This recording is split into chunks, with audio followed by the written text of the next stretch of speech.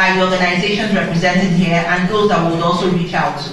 These are critical stakeholders at a convergence advocating for women inclusion in governance. There are participants at a panel advancing for women to be given more stake in the running of government in Nigeria. The panel comprises of government appointees, development workers, media practitioners, among others. Nigerian Country Representative, African Union, Tunji Ashoolu, while discussing the issues, said the African Union have policies to ensure that women should be given adequate representation in governance, but there are challenges of implementation. He further called on the women to hold the government accountable since they signed to some of these policies and agreements. At the level of the African Union, we are not lacking policy, like I said. We have a lot of instruments, a lot of SATA, a lot of protocols, the policy, the frameworks that address all these things that we are talking about. For example, the social policy framework of the African Union, it all captures the right of individuals. It's all captured, be disabled, be disabled, and all that. But what we are lacking is implementation. And that implementation is not at even the level of the government alone. I keep on saying that even governance is two ways. It's just like a car. You can't see one way, then you will see other ones coming on the other side. Until we get to that level that says, okay, this is our right. This is my right. In a family, no matter the least position that you are in that family, you still have rights. You tell your friend that, no, dad, mom, I need a food. You can't just be giving it to my senior and you're not able to give it to me. So we need to take ownership of those instruments. Nigeria, yes, a lot of sickness, there are sicknesses to a lot of them. Instruments at the level of the United Nations and the African Union. But if nobody put it forward to them, they may not even look into that, except the one that actually addresses their need at that moment. So it is we that we have to hold them accountable, because that is the responsibility that is lying on our shoulder. Hold them accountable. Say, oh man, my government, you have signed this, you are a signatory to this, you must implement it. How? It just to increase the level of our advocacy. Put it forward. There is a way we can also address it. Our lawmakers too need to also do a lot, need to also step up their games. Everybody here, we have people that also represent us at the level of that National Assembly. How are we using them? Because some of us, we just go in there, what we are doing to them is to drop our CV. I need job, not even mind of how they can even draw that development even into their communities. So we can hold them accountable by increasing the level of our advocacy, and of course, for them to also do the right thing of what they're supposed to do. What we do at the level of the AU ECOSOC, we mobilize all the civil society towards the implementations of those policies. Veteran broadcaster and National Secretary, Africa Young Female Advisor Initiative, Adora Onyechire, decried the way and manner persons with disability are ignored after elections. I have looked at the electoral processes, time and time again. And like I said earlier when we started, there is no disabled vote. Everybody is a voter. And your voter's card does not carry your status. It does not carry your religion. It does not carry your ethnicity. It does not even carry your size. It's just your card. And it's sort of very, to a large extent, shameful that you find a lot of times when you see voters come, you will see both people, who can and who cannot, who come assisted. And when it is time to choose leaders, that population is often left out.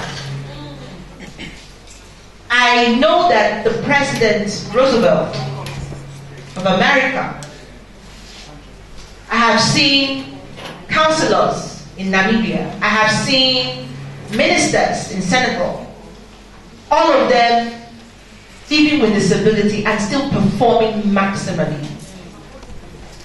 Perhaps those countries are functional because they have a status quo that says we want 15% of this number of persons living with disability in government at all levels. And so whenever you vote, in your community, identify those with capacity, encourage them to run for office.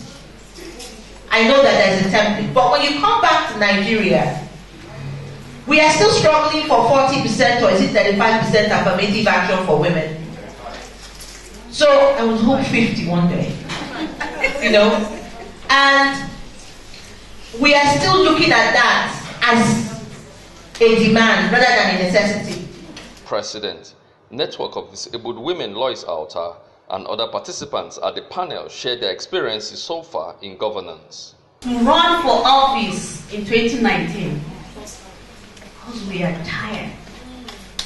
And what made me run as a transformational leader, as a service leader or servant leader, as a leader that wants to see millions of citizens with disabilities enjoying equal opportunities, enjoying equal rights, enjoying comfort in their homes, in their offices, wherever they are, wherever they find themselves, at the parks and gardens, the sideways, railways, our buses, transport systems, health systems, education systems. Are they really inclusive? They are not. They are not accessible. Infrastructures, our offices. At times when we go for advocacy, 2 days ago, we were at Society for Family Health. 4 healthy men had to carry me because there was no ground. So I wanted to advocate for inclusive bills at the National Assembly. That was why I ran for office. I am here to see men in Nigeria, fighting to bring a female candidate to run for office. I see them do that to their fellow men all the time. I don't see them doing it to women also. Then the second thing is the women themselves. Now, no matter how little we have women in the National Assembly, I am yet to see a woman during elections fighting for her own fellow woman to bring her. My number is on air. I pick everybody's call. It's not easy as a chief executive of an organization. But I do it. Why? Because I always fight this thing and I can't do it otherwise. I have to do what I'm talking about. I have to put it into practice. I give them access. That's why when the youth come to me always, the first thing they say is, Hajia Amina, we appreciate you because you always give audience. Because I feel I'm in place, I shouldn't just sing the praises of my name or I'm Amina, I'm Honorable Amina and leave the office like that. I have to make a difference. So honestly, we women, we have to stand up to help ourselves. So this is it. I'm calling on Nigerian men. I'm calling on you guys. The 35% affirmative action we're talking about, you cannot even give it to us. Try to give us even if it's 20%. It's okay. No, not like that. Women must give us. No, they must give us. Adara, negotiate this. You see, we have already negotiated. When we are fighting for something and we are still being suppressed, what do you expect me to say? Over time, issues of disability have been approached through the charity model. They see us, first of all, we are persons living with disability. We are not differently abled. We are women. Everything that happens to every other woman happens to us. We go to work, we do everything. We have the right to vote and to be voted for because we have the capacity. If only people look beyond our legs, I'm walking into a place, and instead of you to look at me and maybe have a conversation with me, you are looking at my legs. My legs won't govern the country. I'm coming from Lagos. My legs won't lead Lagos State. And I was part of the people who, during the special people's law we have there in Lagos, that pushed for so many things because until we become intentional, I'm sure some of our leaders who in one way or the other have found themselves using some of the assistive devices persons with disabilities use, if only they knew that a time would come when they would need those devices, they would have been more inclusive. They would have been more intentional. You don't treat people like objects of pity. You don't treat people as if they are objects of charity. It brings down our self-esteem to zero, especially as women, because basically here we're talking about women, aside persons with disabilities generally, because of lack of education, socio-economic isolation. It's very difficult for women with disabilities to even get employment and what have you. So because of all of this barriers and stereotypes, you find out that women with disabilities are even more vulnerable than other women in society. To be very honest, if you are someone that knows how to complain, don't come into government, because you're going to have a lot to complain about.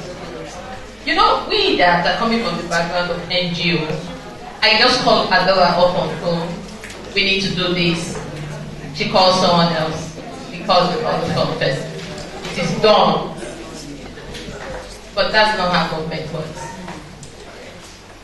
Procedures, protocols, meetings, committees, it's just how it is. So, like I was thinking, the moment I get in, whoops, I'm flying. And I had to just call myself, wait, study first. Look at your left, look at your right. Go through files. If you're taking over from someone and there's being maybe a technical advisor in agriculture women, then you have maybe some files to go. You know, there's nothing. So you're just coming on board, trying to watch the body language of everybody. And besides this, the entire job in a state, I got to find out, belongs to the governor. Everything is the governor's job, actually. High point of the convergence was the signing of the commitment board. Thank you, ma'am. What do you have there? I said, I'm a woman. I make the numbers in the world. Women on a mission for a new Nigeria. The convergence of African young female appointees and women with disability in politics is a brainchild of Africa Young Female Advisor Initiative and Network of Disabled Women. Emmanuel Onu, News 24 International.